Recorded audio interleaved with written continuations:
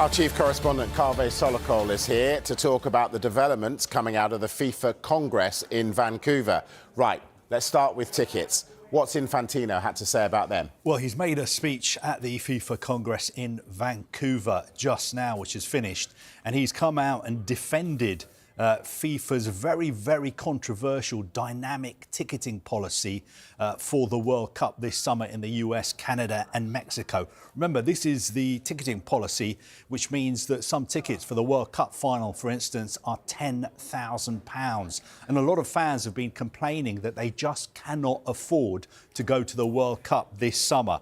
Well, what he's done is highlight the fact that there are a small, I would say actually a tiny proportion of cheap tickets which have been made available. Gianni Infantino said there are expensive tickets, but also affordable tickets.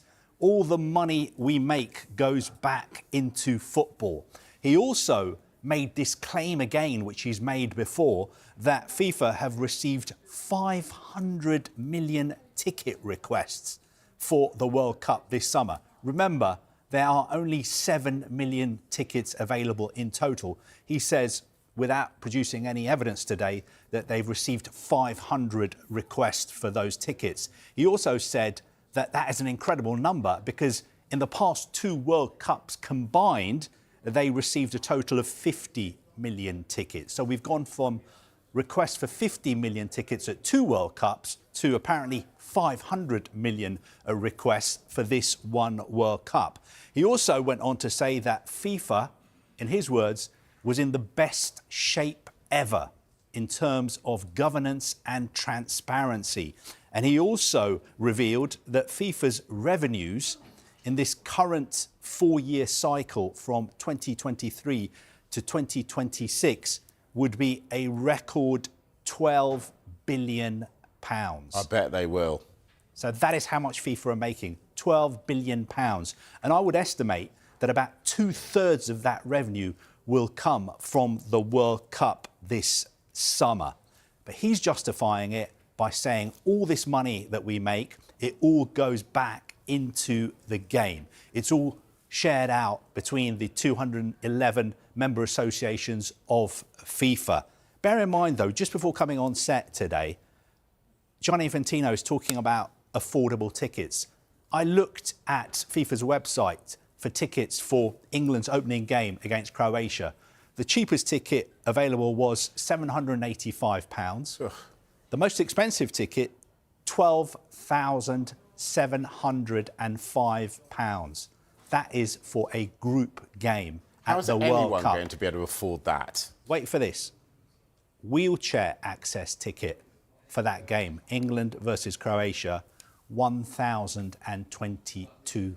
It's just Whenever we put this to FIFA, what FIFA say is all the money we make goes back into the game. It goes back into the grassroots. What about the fans? When are we going to get the opportunity to challenge Gianni Infantino? OK, we understand the money goes back into the game and it goes to federations all around the world. But what about the fans? What is football without the fans? That's what he needs to answer. He absolutely does. So a lot of fans, as you said, are not going to be able to make it to the World Cup.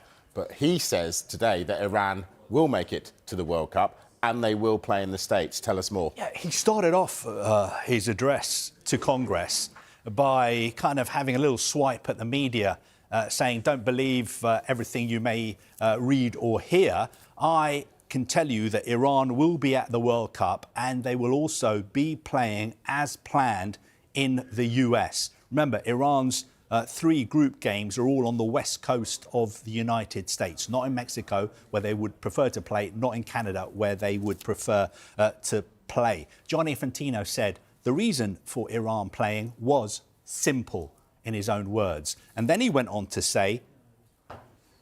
Uh-oh. I've heard this before from him. Go on. Virtually every speech he's ever made. We have to unite the world. We have to bring people together. We have to be positive. We have to be smiling.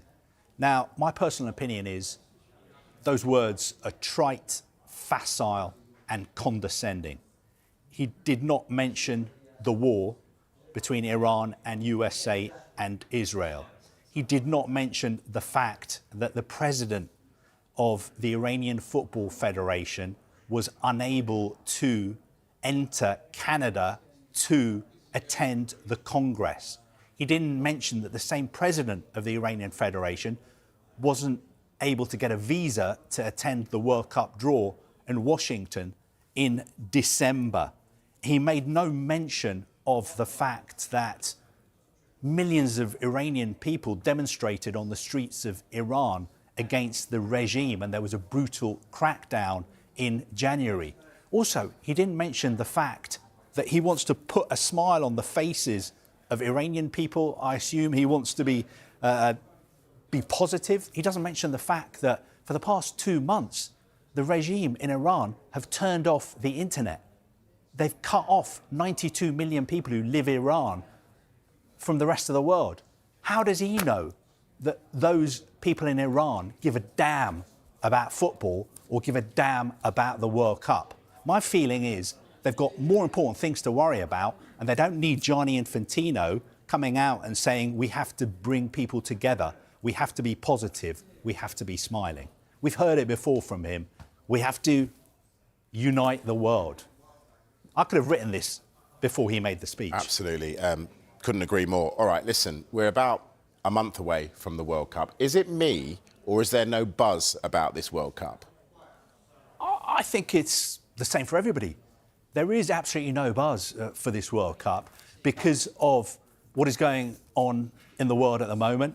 Also, for fans, it is all about the ticketing policy, the cost of tickets. Normally, in the build-up to the World Cup, you would have had fans getting together with their friends, making plans, booking tickets, flights, accommodation, everything.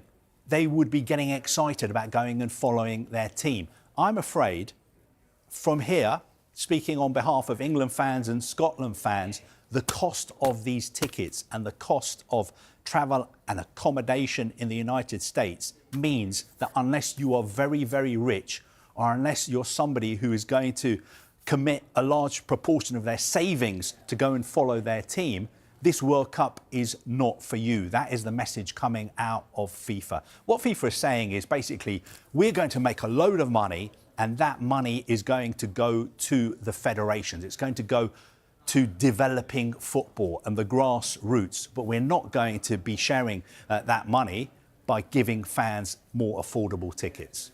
Kaveh Solokol, our chief correspondent, thank you very much.